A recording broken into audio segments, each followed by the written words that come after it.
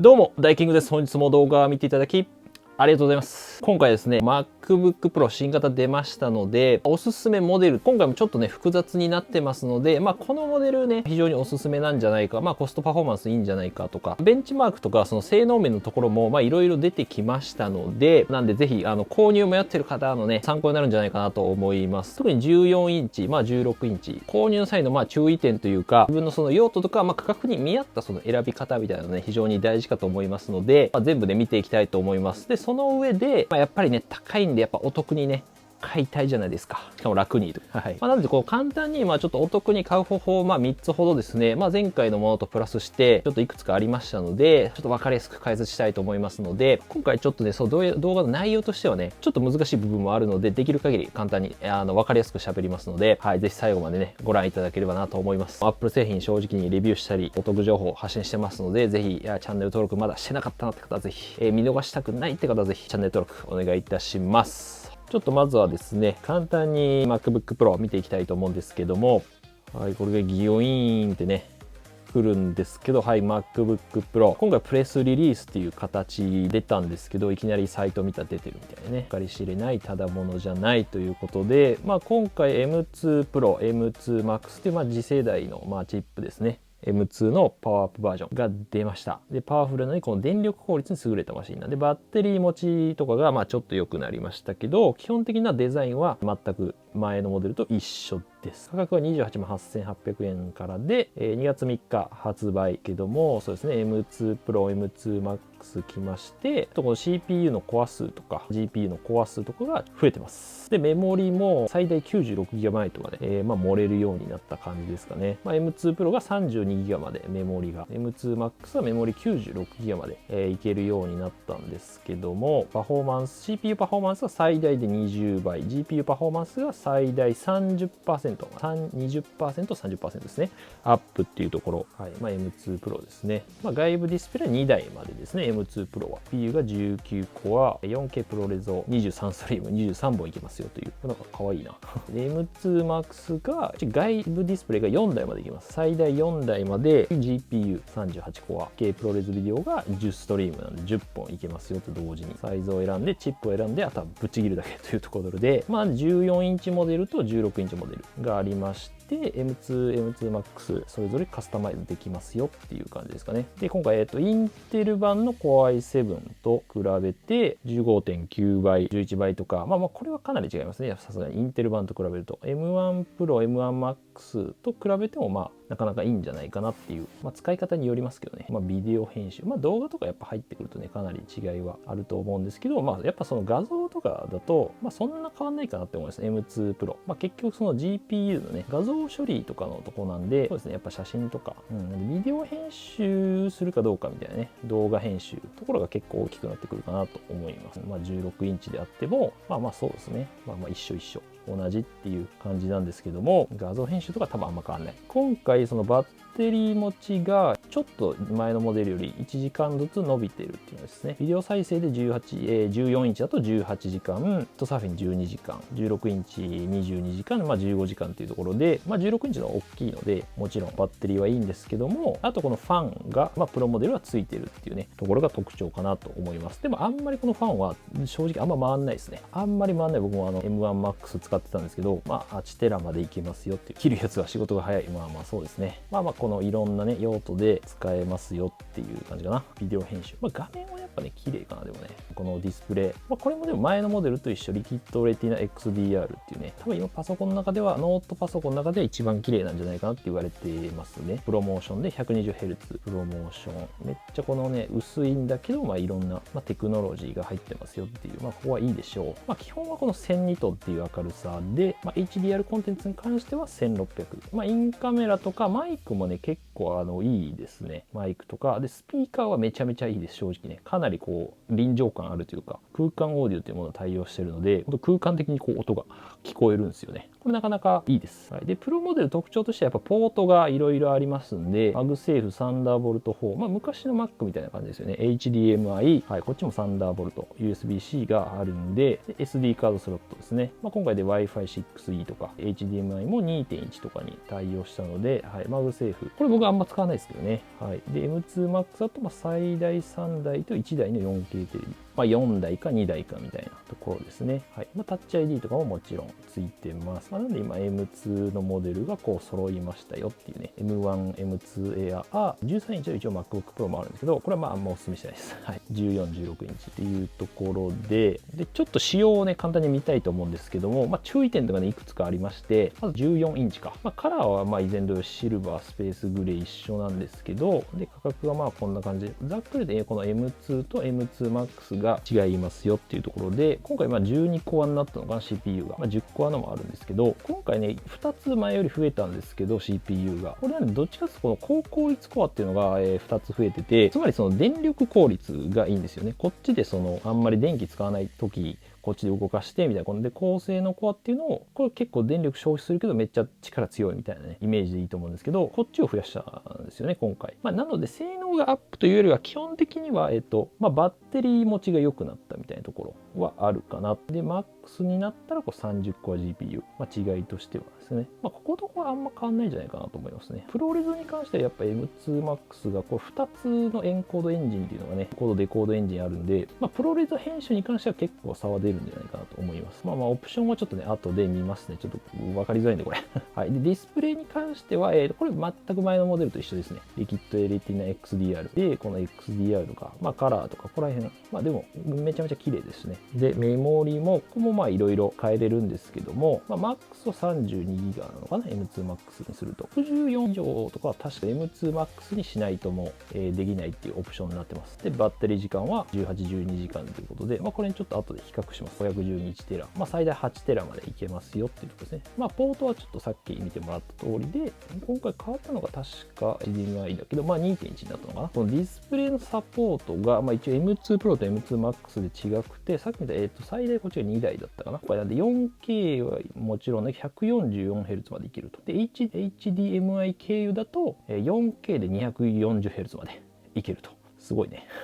で、M2Max は最大、4台で、あと4K240Hz もね、いけますっていうところで、なかなかすごいことになってますけど、でも接続できる台数はちょっと違います。で、そんなもんかな。でも、ここら辺のオーディオとかも、もう全く前のモデルと一緒ですね。ほんと中身のチップが変わっただけって感じ。はい。あと、この Wi-Fi 6E っていうのと、Bluetooth も最新のもの、5.3 になりました。6E、6GHz というものに対応。ただ、この Wi-Fi ルーターも対応じゃないといけないんで、この辺はちょっと注意なんですけども、重さとかも、ただちょっと M2Max の方が重い。ただその分もしかしたら今回はね、ファンの性能がいいんじゃないかっていう話もあります。ちょっとこれはまだレビューとか見てみないとわかんないんですけど、話もありますね。はい。で、一応16インチが基本的には一緒なんですけども、今回もなんでこの高効率コアっていうのが増えたっていうところと、GPU が38か。なので、ここは結構差はありそうな気がしますけどね。M2 Pro でもなんか M1Max っていう前の一番いいやつよりもいいんじゃないかぐらいね、性能あるんで、ちょっとそれも後で見ます。はい。これは一緒ですね。ディスプレイが大きいっていうさっきより。バッテリー時間はやっぱちょっと伸びます。その代わりバッテリーっていうかね、充電器も結構でかい。140W ぐらい。100W ぐらいあればいいと思うんですけども、ポートとかも全く一緒です。14、本当に14インチでっかくなっただけなんで、これもなんかでかいだけですね、正直ね。はい、Wi-Fi とかも、はい、そんな感じで、で、この16インチもやっぱ M2Max の方が重くなってます。これももしかしたらファンがちょっと良かったりするのかもしれない。ちょっと簡単に比較をさっとしたいと思うんですけども、M2 のモデルの MacBook Air と、これ前の M1 Pro なんで、14インチと今回 M2 Pro。カラーとかも見た目に関しては全く一緒で、値段はちょっと上がりましたね。27万ぐらいだったと思うんで、1万4000円ぐらい上がって、これ全く一緒で、この CPU がさっき言ったように高効率コアっていうのが増えて、2コアとかね、2つ増えてるのかな ?32 コア。GPU ですね。普段使う分には多分この M2 とそんな変わんないんですけど、やっぱその動画編集とか画像処理とかの部分はぐっとちょっと上がるかなと。で、メモリと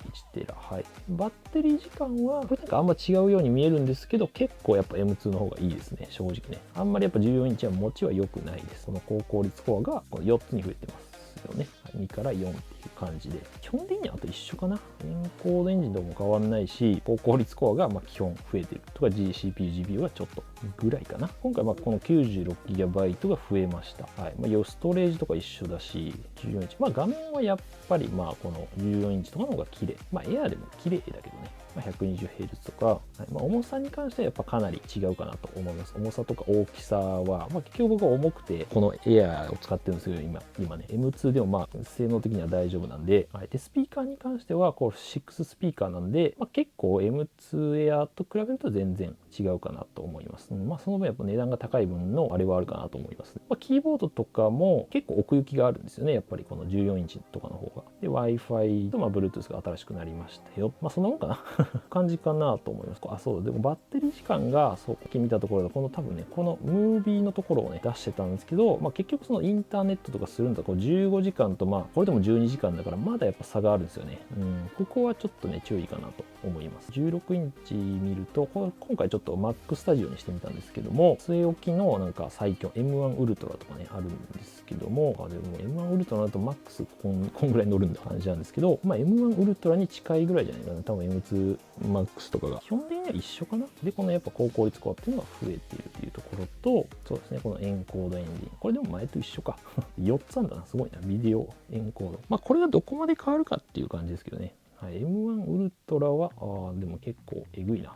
まあ値段もえぐいんでね、これなかなか。96、128とかあるんだ。でもそのぐらいですかね。まあこれも全部一緒だし、結構重いんだよね。M1 ウルトラ 3.6 キロあるんだ。1.15なんで、やっぱちょっと重くなってんだよね。これがまあどうファンが良くなってるのか、ちょっと気になりますけどね。スピーカーとかは一緒で、ここだけ変わりました。Mac Studio の場合は、結構まあポートが、まあ多いので、まあ据え置きですけどね、その代わりに。持ち運べないっていうのはあるけど、スタジオっていう感じはあります。ここがなんで1時間だけ伸びてますよっていうところですね。16インチ、14インチに関しても。ということで、ちょっとまあカスタマイズをグッと入れていこうかなと思うんですけども、14インチが、まあ、一応ここが M2 Pro と、で、ここ M1 Max っていうのがあって、プロセッサーに関しては、まあ正直でもここでいいかなっていう、4万2000ちょっと高いなっていう感じはするんですけども、まあこことここの差が多分ね、そんなにないんじゃないかなと思ってて、一応まあギークベンチが出てるんですけども、この数値で見えるみたいな。19コアの方が出てたのかな ?1 万5000か。強っ。なんで、1万5000なんで、もう Mac とかとあんま変わんねえ。Mac Studio よりいいじゃんっていうね。もう M1 Pro の時点で。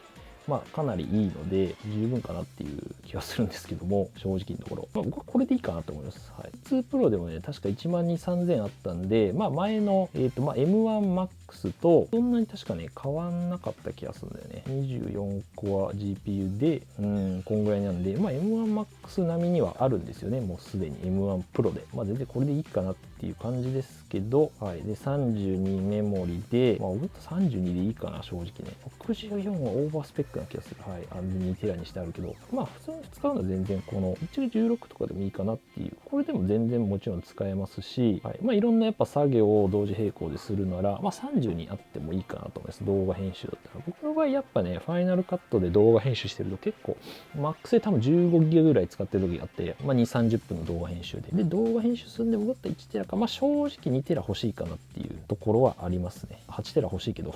ただメモリがもうゴリゴリ欲しいよ、プロだよみたいな僕はみたいな人は、これなんかすっ飛ばしてもなんかマックスでもいいような、多分ね、ただ電池持ちがあんまり前良くなかったんで、それでもいいならマックスでもいいかなって思います。まあメモリ欲しいなら。多分結構いい値段になるんですよね、でもね。まあ、なので、まあスイートスポットというか、まあこれってまあ僕はいいと思います。で、16か、まあ32、まあぶっちゃけ16でもいいかなと思って、で、512でまあ十分かな、普通に使う分には。で、動画編集するんだったら、まあちょっと予算に応じてここら辺全然上げていってもいいかなという気はします。まあでも動画編集だったら32欲しいかなっていうところですかね。僕が買うとしたら多分これかな。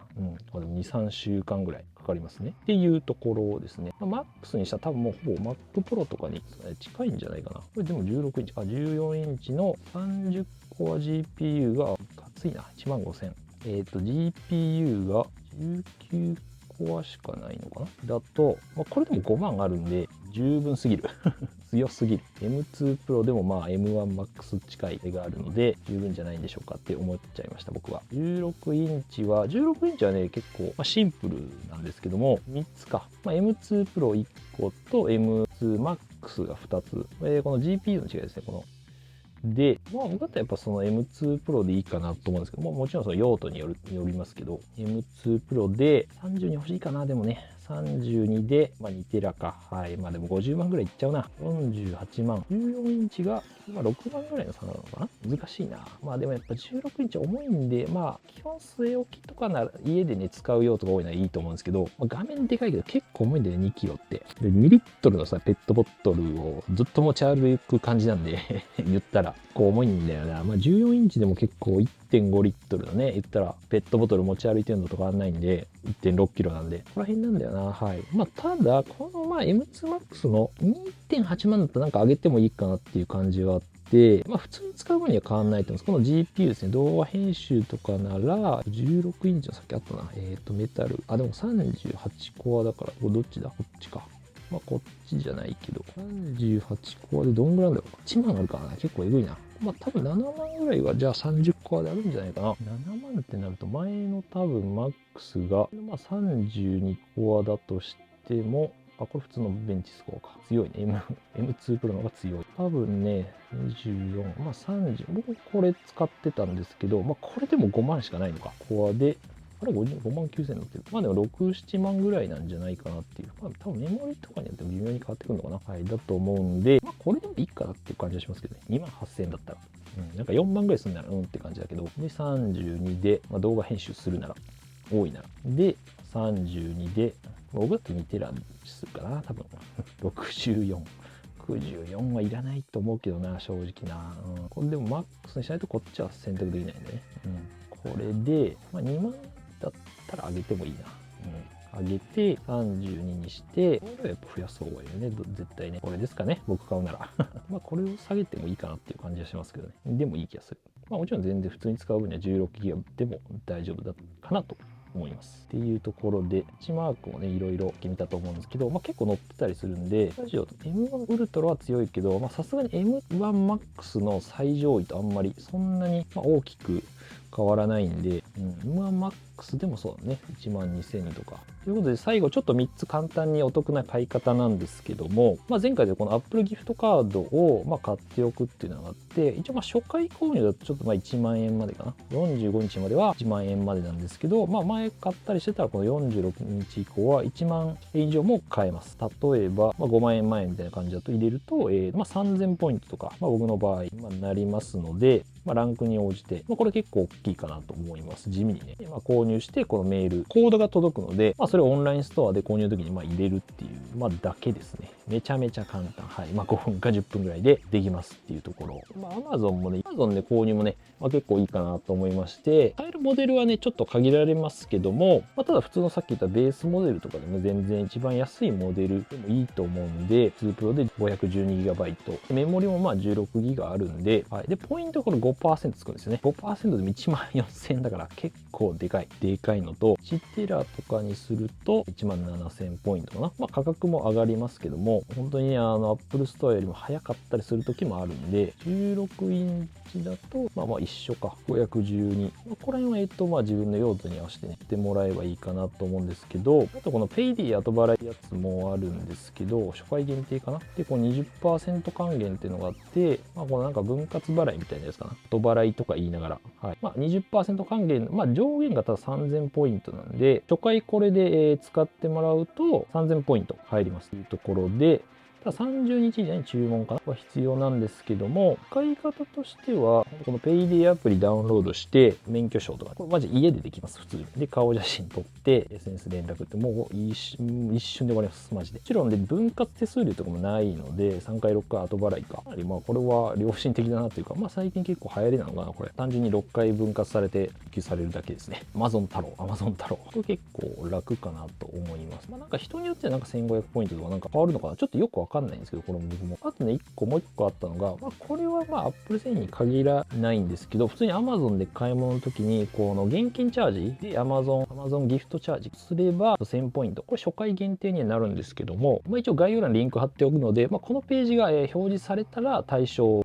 だと思うんで、対象じゃないとなんかね、対象外ですって出るんで、5000円以上現金でチャージですね。コンビニとかネットバンクとか ATM、どこでもいいんですけども、クーポンコードを入れて、支払うっていうね、支払いに行くみたいな感じですね。1000円以上で、これ一律1000ポイントなんですね。これなかなかいいかな。一律なんだよね。20% とかじゃそういうんじゃなくて。で、このチャージするっていうところで、この5000円で、なんか今すぐ購入みたいなのが確か、ここにコードを入れて、適用して、あとは確定っていう感じですかね。コンビニとか ATM とかにするとか、さっき後払いペイで言ったらこれね、あとは払いに行くだけですかね。E メールとかが来るんで、ほんとそれに沿ってやるだけなんで、非常に簡単なんじゃないかなと思います。ということでですね、MacBook Pro も、全部見てきたんですけど、今回はなんで M1Max、M1 Pro 前のモデルから、買い替えというよりは、やっぱりこれからやっぱ新しく、MacBook Pro 買おうかなっていう人がやっぱ対象なのかなと思いまして、M1 Pro、M1 Maxよりももちろん性能は上がってるけども、そんな大きいインパクト、買い替えるほどのやっぱインパクトはないというか、結局そのデザインとか全く一緒なんで、ただやっぱこれから買うのであれば、例えば M2 Pro であっても、前のやっぱその M1 Max 一番いいやつ、結構5、60万出さないと使えなかったようなやつが、安い価格でもね、30万前後でも買えてしまうというところで、しかも性能がいい。そういった方は非常におすすめなんじゃないかな。これからやっぱ買いたいなっていう方は、非常にプロモデルいいんじゃないかなと思います。コストパフォーマンスっていう意味では、やっぱりまだ M1 とか M2 とかね、他のモデルあるんで、もうちょっとその初心者向けっていうかね、そういう方に関しては、今動画をね、今準備してますので、この Mac がいいんじゃないかっていうね、これを買った方がいいんじゃないかっていうのをバンっていうね、動画を今準備してますので、そういった方ちょっとね、まだ気になる方はぜひね、チャンネル登録して、お待ちいただければなと思います。こういったあとお得な買い方みたいなものもですね、Amazon のセールがあったりとか、Apple なんかね、セールとかそういうのあればね、どんどん発信していきますので、ぜひそこら辺も見逃したくない方はね、チャンネル登録お願いいたします。あとこの動画良かったなと思ったらね、高評価お願いいたします。あとコメントもね、お待ちしてますので、こういうの買ったよとか迷ってるよとかあれば、ぜひお願いいたします。ということで、また次回の動画でお会いしましょう。良い一日をお過ごしください。バイバイ。今回僕はパスかな。この M2 Air で頑張ります。M3 をね、今ちょっと待ってるんで、ちょっと惹かれなかったかな、僕はね。これから買う人はおすすめですよ、もちろん。さあ、頑張ろう。大寒波が来るのかな。